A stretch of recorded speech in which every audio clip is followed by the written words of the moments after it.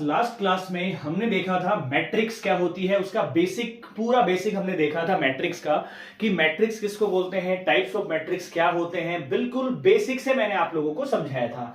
आज हम आगे बढ़ेंगे, क्लास 12th की मैट्रिक्स को थोड़ा सा और समझेंगे, क्या क्या चीजें हमें और सीखनी होती हैं।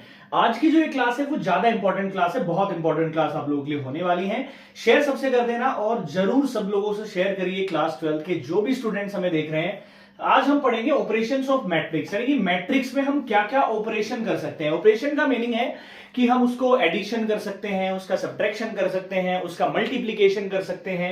ये सब चीजें हम सीखेंगे ऑपरेशंस। और ये ऑपरेशन मोस्ट इंपॉर्टेंट है अगर आप क्लास 12th में हो या फिर आईआईटी के लिए जा रहे हैं, तो ऑपरेशंस आपको अच्छे से आना चाहिए। ठीक है, सबसे पहला हमारा ऑपरेशन क्या होता है, एडिशन। ठीक है, एडिशन ऑफ मैट्रिक्स। ठीक है, एडिशन ऑफ मैट्रिक्स। अब इसके कुछ रूल्स होते हैं ना, हर चीज के रूल होते हैं मैट्रिक्स में। तो एडिशन का क्या रूल है, जो ऑर्डर होना चाहिए, ठीक है, ऑर्डर शुड बी सेम, यानी कि कोई भी दो मैट्रिक्स को अगर आप ऐड कर रहे हो तो ऑर्डर क्या होना चाहिए, सेम होना चाहिए। ये एक कंडीशन इस पे लागू हो जाती है कि ऑर्डर सेम होना चाहिए, एलिमेंट चाहे कैसे भी हो कोई फर्क नहीं पड़ेगा। अब जैसे मान लीजिए एग्जांपल के लिए मैं कोई ए मैट्रिक्स ले रहा हूं, 2 3 4 1 2 3। अब आप सबसे पहले मुझे ये बताइए कि इसका ऑर्डर क्या होगा। मैंने लास्ट क्लास में बताया था कि ऑर्डर क्या होता है मैट्रिक्स का। ठीक है, तो ऑर्डर किसको बोलेंगे कि इसमें कितनी रोज आ रही है, ठीक है, कितनी रोज आ रही है और मल्टीप्लाई में कितने कॉलम आ रहे हैं, उनको क्या बोला जाता है, उन्हीं को ऑर्डर बोला जाता है। अब यहां पर हम देखेंगे कि सर एक रो दो रो, यानी कि रो तो आ रही है 2 और कॉलम आ रहा है 1 2 और 3, यानी कि 2 क्रॉस 3 का ऑर्डर इस मैट्रिक्स का होने वाला है। अब आप लोग ये समझिए कि अगर मुझे इस मैट्रिक्स को किसी से ऐड करना है तो दूसरी मैट्रिक्स का जो ऑर्डर है ना वो भी बिल्कुल सेम होना चाहिए। अगर सेम नहीं है तो हम ऐड नहीं कर पाएंगे उस चीज को। जैसे ये 1 -1 0 2 3 और 4, अगर यही सेम मैट्रिक्स दूसरी भी है तभी मैं ऐड करूंगा। अब ऐसा क्यों हो रहा है, आप देखिए कि जब भी दोनों को ऐड किया जाएगा, यानी कि जो रिजल्ट हमारे पास a प्लस बी का आने वाला है वो हम सेम ऑर्डर क्यों लेते हैं, ताकि हम इसके पहले वाले एलिमेंट को इसके पहले वाले से जोड़ दें, इसके सेकंड वाले को सेकंड से ऐड कर दें, थर्ड को थर्ड से ऐड कर दें। अगर ऑर्डर डिफरेंट हो जाएगा तो आप ऐड नहीं कर पाओगे रेस्पेक्टिव एलिमेंट्स को, कोरेस्पॉन्डिंग एलिमेंट्स को आप लोग ऐड नहीं कर पाएंगे, इसलिए ऑर्डर हम सेम रखते हैं। देखिए 2 + 1 हमारे पास आंसर क्या आएगा, 3 आएगा। 3 + -1 हमारे पास आएगा 2। 4 + 0 हमारे पास 4 आएगा। 1 + 2 हमारे पास 3 आएगा। 2 + 3 हमारे पास 5 आएगा। ठीक है, और 4 + 3 हमारे पास 7 आएगा। तो ये हमारे पास क्या आ जाएगा, एडिशन। जब हम एडिशन कर रहे होंगे तो हमारे पास कुछ इस तरह का इंटरफेस आएगा या फिर इस तरह का हमारे पास आंसर आएगा। समझ रहे हैं मेरी बात को। तो ये होता है हमारा एडिशन ऑफ मैट्रिक्स, जिसके अंदर ऑर्डर शुड बी सेम, हमारा ऑर्डर हमेशा सेम होना चाहिए। ध्यान रखिएगा इस चीज को। आगे चलते हैं सेकंड ऑपरेशन पे। ठीक है, अगर आप इसको एडिशन कर पा रहे हो, यानी कि मैट्रिक्स को आप लोग जोड़ पा रहे हो, तो मैट्रिक्स को सब्ट्रैक्ट करना भी आप लोगों को आना चाहिए। यानी कि सेकंड नंबर का जो ऑपरेशन है वो होता है difference of matrix. Difference of matrix. अब डिफरेंस का मतलब हो गया, इसका भी देखिए, कोई भी दो मैट्रिक्स को आप तभी सब्ट्रैक्ट कर पाओगे जब आपका ऑर्डर सेम होगा। वही एडिशन वाली बात, अगर ऑर्डर सेम नहीं है तो कोरेस्पॉन्डिंग एलिमेंट्स को आप प्लस नहीं कर पाओगे, ना आप माइनस कर पाएंगे। तो यहां पर अगर ए मैट्रिक्स हमारे पास क्या है, 1 2 3 और 3 2 1, ये हमारे पास मैट्रिक्स है जिसका ऑर्डर 2 क्रॉस 3 है। और एक बी मैट्रिक्स में लेता हूं 1 0 0 2 3 1, ये हमने मैट्रिक्स ली सेम ऑर्डर की। अब मैं इसको बहुत आराम से क्या कर पाऊंगा, सब्ट्रैक्ट कर पाऊंगा। क्यों, क्योंकि सेम ऑर्डर है। पहले वाले को पहले वाले से सब्ट्रैक्ट करेंगे, दूसरे वाले को दूसरे वाले से, थर्ड वाले को थर्ड वाले से। तो हमारा जो a - b का आंसर है वो क्या आएगा, 1 में से 1 गया 0, 2 में से 0 गया 2, 3 में से 0 गया 3, 3 में से 2 गया 1, 2 में से 3 गया -1 और 1 में से 1 गया 0। तो ये हमारा क्या आ जाएगा, आंसर आ जाएगा इस सवाल के लिए। तो आई होप डिफरेंस को भी आपने समझा होगा। बिल्कुल सिंपल डिफरेंस है, ऑर्डर सेम होना चाहिए व्हाइल यू एडिंग और व्हाइल यू सब्ट्रैक्ट। ठीक है, जब भी आप ऐड करेंगे, जब भी आप सब्ट्रैक्ट करेंगे, हमारे पास ऑर्डर सेम होना चाहिए। सबसे इंपॉर्टेंट चीज, ठीक है, मैट्रिक्स की क्लास 12th बोर्ड के हिसाब से सबसे इंपॉर्टेंट चीज बताने जा रहा हूं, शेयर सबसे कर देना इस चीज को। मल्टीप्लीकेशन सबसे इंपॉर्टेंट है ये आपके लिए। ठीक है, मल्टीप्लीकेशन बहुत इंपॉर्टेंट है। मैट्रिक्स का मल्टीप्लीकेशन के लिए बहुत इंपॉर्टेंट रूल होता है, ध्यान रखिएगा।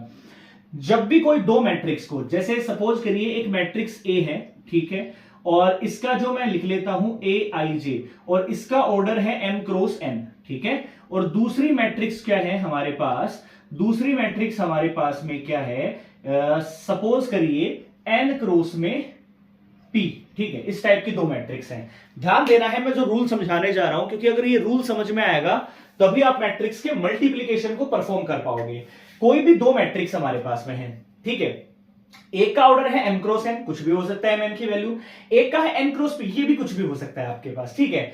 आपको देखिए जब भी आप दो मैट्रिक्स को मल्टीप्लाई करेंगे, मींस अगर आप a क्रॉस b निकालना चाहेंगे, ठीक है, अगर आप a क्रॉस b निकालना चाहेंगे तो क्या होना चाहिए, क्या इसमें ऑर्डर सेम होना चाहिए? बहुत सारे बच्चे सोचेंगे सर ऑर्डर सेम हो जाएगा, नहीं, ऐसा नहीं होगा। देखो आपको ये ऑर्डर दिखाई दे रहा है m क्रॉस n, ठीक है, यहां पर n क्रॉस p, यानी कि ये हमारे पास क्या है, रो है, सॉरी कॉलम है, ठीक है, ये हमारे पास क्या है, कॉलम, पहली मैट्रिक्स का n कॉलम है और ये हमारे पास है रो, ठीक है।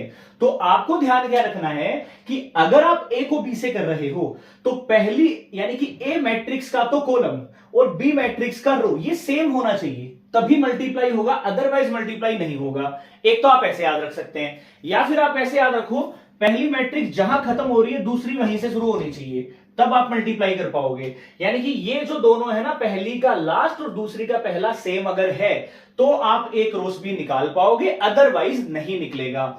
और एक चीज ध्यान रखिएगा, ये n सेम है तो जो रिजल्ट में मैट्रिक्स आएगी उसका ऑर्डर भी आपको पहले से ही पता होगा। क्यों?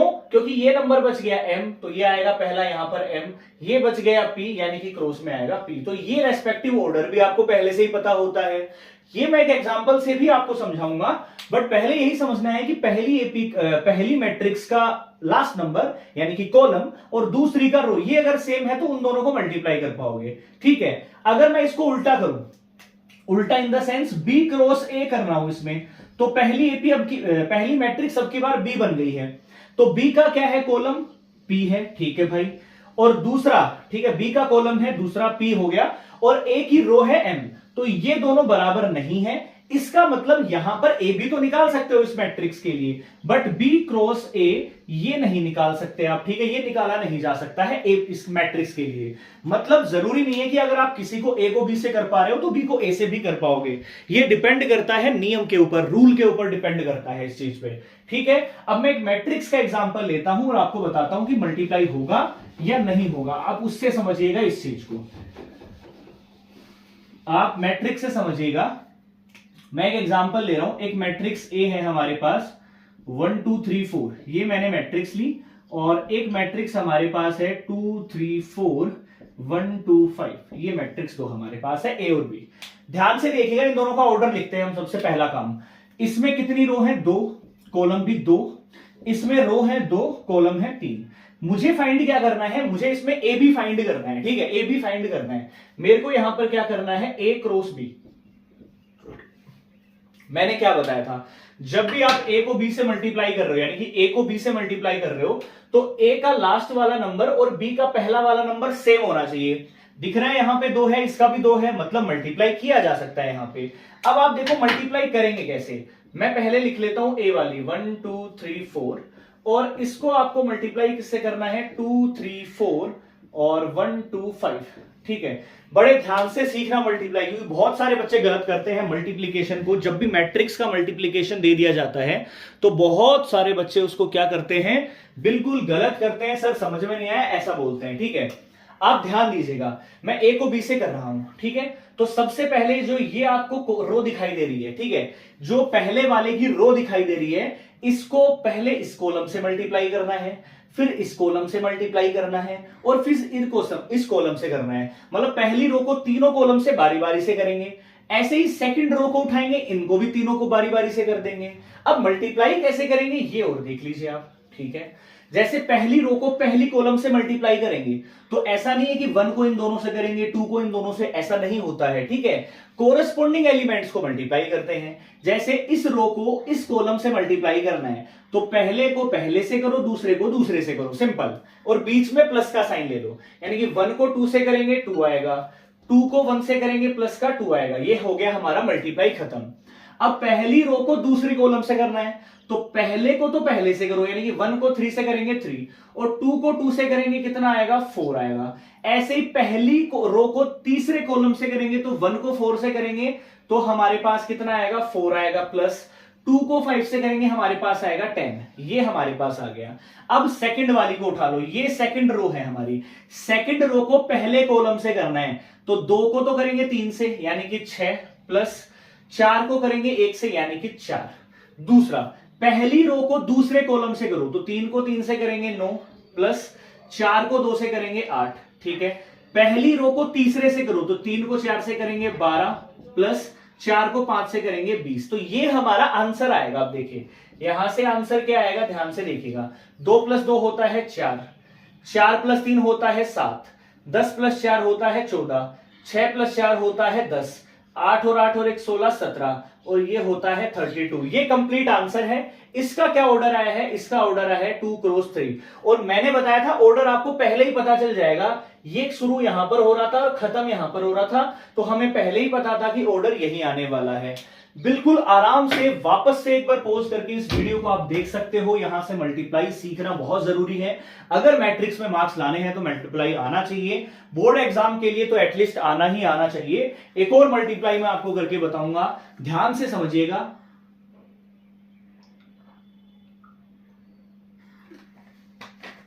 एक और करेंगे हम, ध्यान से समझिएगा इस मल्टीप्लाई को, ठीक है। एक और करके देख लेते हैं।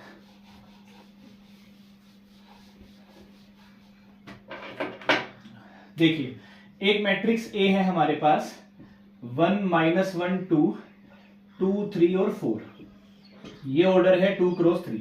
और बी मैट्रिक्स हमारे पास में क्या है, 1 - 1 2 - 2, ये 2 × 2 है। पहला तो क्या होता है, देखो सबसे पहले क्या होता है, रूल आप देखना है, ठीक है। मैं यहां पर क्या कर रहा हूं, मैं यहां पर ए को बी से मल्टीप्लाई कर रहा हूं, ठीक है। किसको मल्टीप्लाई कर रहे हैं, ए को बी से मल्टीप्लाई किया जा रहा है, तो उसमें कौन सा रूल लगेगा, पहले तो रूल की तरफ जाना है। मैं फिर से क्या कर रहा हूं, ए क्रॉस बी कर रहा हूं और ए क्रॉस बी मैं लिख लेता हूं 1 - 1 2, ये हमारे पास है 2 3 4, ये आ गया। मल्टीप्लाई में दूसरा क्या है, 1 - 1 2 - 2। आप सबसे पहले क्या देखेंगे कि ये जहां पर खत्म हो रहा है, ठीक है, ये जहां पर खत्म हो रहा है दूसरा वहीं से शुरू होना चाहिए, ठीक है। ये आपने रूल पढ़ा है, ये आपने रूल पढ़ा है, बिल्कुल सही बात है, ये रूल पढ़ा है। अब आप लोग देखोगे सर ये तो 3 से खत्म हो रहा था, ये 2 पे खत्म शुरू हो रहा है, इसका मतलब ए क्रॉस बी यहां पर निकाला ही नहीं जा सकता है। ये रूल है, जरूरी नहीं मैंने लिख दिया तो करना ही है, रूल है, ये आप नहीं कर पाओगे, ठीक है, ये रूल नहीं लग पाएगा। अब इसको तुम खुद बताओ, मेरे को सोचो, अगर ए को बी से मल्टीप्लाई करना है तो यहां पर 3 होना चाहिए मेरे हिसाब से, क्योंकि ये 3 आ गया तो ये भी 3 आना चाहिए। मतलब इसमें रो को हमें कितना लेना पड़ेगा, इसमें हमें कितनी रो लेनी पड़ेगी, इसमें हमें 3 रो लेनी पड़ेगी। तो 3 रो लेंगे तो हम क्या कर लेंगे, ऐसा इसको बना लेंगे। अब की बार देखो इसको, ये बिल्कुल आराम से होगा, क्योंकि ये देखिए 3 पे खत्म हो रहा है और ये 3 पे ही शुरू हो रहा है। यानी हमारे पास क्या आएगा, हमारे पास आएगा, एक और मैं ले लेता हूं 3 और -3। अब आप लोग मुझे बताइए, ठीक है, इसका आंसर किस ऑर्डर का आंसर आएगा। तो मैंने बोला था जो बच जाएंगे नंबर, जैसे यहां पर 2 बच गया और यहां पर भी 2 बच गया, यानी जो भी इसका आंसर आएगा, ठीक है, जो भी इसका आंसर आएगा वो कौन से ऑर्डर का आंसर आएगा, 2 × 2 आएगा। यानी उसमें कितने एलिमेंट होंगे, सिर्फ 4 एलिमेंट होंगे, सिंपल सी बात। अब अगर आपके इससे ज्यादा आ रहे हैं इसका मतलब आपने गड़बड़ कर दिया मल्टीप्लाई। देखिए मैंने क्या बोला था, पहले रो को, ठीक है, बारी बारी से सारे कॉलम से मल्टीप्लाई करना होता है। तो पहले रो को पहले कॉलम से करेंगे, इसमें भी 3 एलिमेंट है, इसमें भी 3 एलिमेंट है। पहले को पहले से करिए, यानी कि 1 को 1 से करेंगे 1 आएगा, -1 को 2 से करेंगे माइनस का 2 आएगा, 2 को 3 से करेंगे प्लस का 6 आएगा। समझ रहे हैं मेरी बात। अब पहली रो को उठा के सेकंड से कर दो, 1 को -1 से करेंगे, ठीक है, 1 को -1 से करेंगे तो माइनस का 1 आएगा, -1 को -2 से करेंगे प्लस का 2 आएगा, 2 को 3 से माइनस करेंगे तो -6 आएगा। सेकंड रो, अब देखिए ये वाली है हमारी सेकंड रो, इसको पहले कॉलम से करिए, 2 को 1 से करेंगे हमारा 2 आएगा, प्लस 3 को 2 से करेंगे हमारा 6 आएगा, प्लस 4 को 3 से करेंगे हमारा 12 आएगा। ऐसे ही 2 को 1 से करेंगे माइनस का 2 आएगा, 3 को -2 से करेंगे -6 आएगा, 4 को -3 से करेंगे -12 आएगा। अब आप आंसर देख लीजिए, यही आपका आंसर होने वाला है। 6 हो गया +1 7, 7 में से 2 गया 5 आएगा। माइनस का 6 माइनस का 1 -7 में से +2 गया -5 आएगा। 12 + 6 18, 18 + 2 20 आएगा। 12 + 6 18 -20 आएगा। तो ये हमारा क्या आएगा, फाइनल आंसर आएगा। आई होप आपने यहां तक की चीजों को बहुत अच्छे से समझा होगा, मल्टीप्लाई आपको अच्छे से करना आया होगा। उम्मीद करूंगा ये चीज आपने अच्छे से सीखी है आज की इस क्लास से। तो शेयर सबसे कर देना है। एक लास्ट चीज मैं आपको बताने वाला हूं, और जो बोर्ड के एग्जाम में पूछा ही जाता है आप लोगों से, ठीक है, बोर्ड के एग्जाम में वो चीज पूछी ही जाती है, ठीक है, जिसका नाम भी आपको मैं बताऊंगा, बहुत अच्छे से सीखेंगे आप लोग। तो बोर्ड में जरूर आपके पास वो चीजें देखने को मिलने वाली हैं। ध्यान से समझने का प्रयास करेंगे सारे बच्चे पार्टी। देखो, हमने एक नाम होता है, ठीक है, एक होता है हमारे पास ट्रांसपोज ऑफ मैट्रिक्स। किसी भी मैट्रिक्स का ट्रांसपोज का मीनिंग क्या होता है, ठीक है, ट्रांसपोज करना आपको आना चाहिए। अब ट्रांसपोज, जैसे मान लीजिए कोई स्क्वायर मैट्रिक्स ए दे रखी है, अगर मैं उसके ऊपर डैश लगा दूं या फिर उसके ऊपर मैं टी लिख दूं छोटा सा, दोनों का मीनिंग होता है ट्रांसपोज। अब ट्रांसपोज में करना क्या होता है, ये देखिए, मानिए आपके पास एक मैट्रिक्स ए दे रखी है 1 2 3 और 4 5 6, ये मैट्रिक्स हमारे पास है। हमें क्या करना है, इसका ट्रांसपोज निकालना है। तो कुछ नहीं करना होता ट्रांसपोज में, जो आपको रो दिखाई दे रही हैं उसको उठा के कॉलम बना देना है, बस हर रो को कॉलम बना दो। जैसे ये रो में लिखा हुआ है, इसको ऐसे की बजाय इसको वर्टिकल लिख देंगे 1 2 3, यानी ऑर्डर चेंज कर देंगे। इसको हम कैसे लिख देंगे, दूसरा कॉलम बना देंगे 4 5 6। यहां ऑर्डर कितना था 2 क्रॉस 3, यहां ऑर्डर कितना हो गया 3 क्रॉस 2, यानी कि ऑर्डर को इंटरचेंज कर दिया जाता है जब भी आप ट्रांसपोज करते हैं किसी भी मैट्रिक्स का। सिंपल सी बात है, ट्रांसपोज मतलब row into column, column into रो।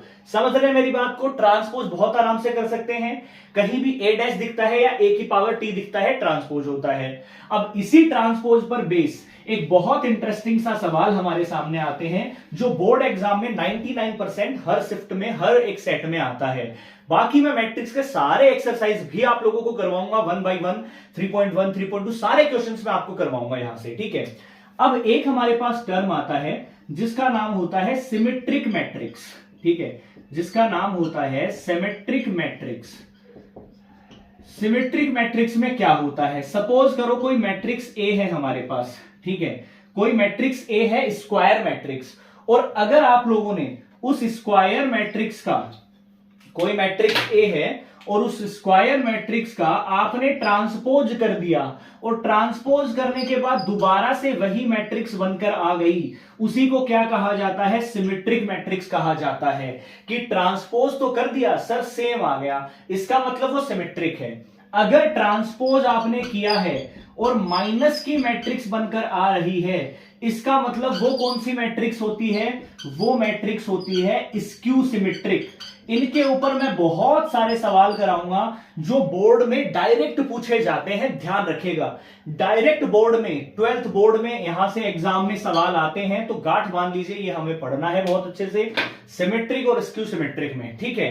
तो ये आप नोट करके रखिए। ट्रांसपोज मैंने आपको बताया है, खुद से आप सवाल को भी देखिएगा जो एनसीईआरटी में दे रखे हैं, कोशिश करिएगा, अदरवाइज मैं यहां पर कंप्लीट आपको सवाल भी करवाऊंगा चैप्टर के साथ साथ। हर एक सवाल एनसीईआरटी का होगा, हर पीवाईक्यू में आप लोगों को समझाऊंगा। शेयर सबसे कर देना इस क्लास को, जो भी क्लास 12 के विद्यार्थी हैं 2026-27 सेशन के, और सब्सक्राइब जरूर कर लेना, क्योंकि कंप्लीट मैथ्स यहां पर आपको लिए होने वाली है। जय हिंद।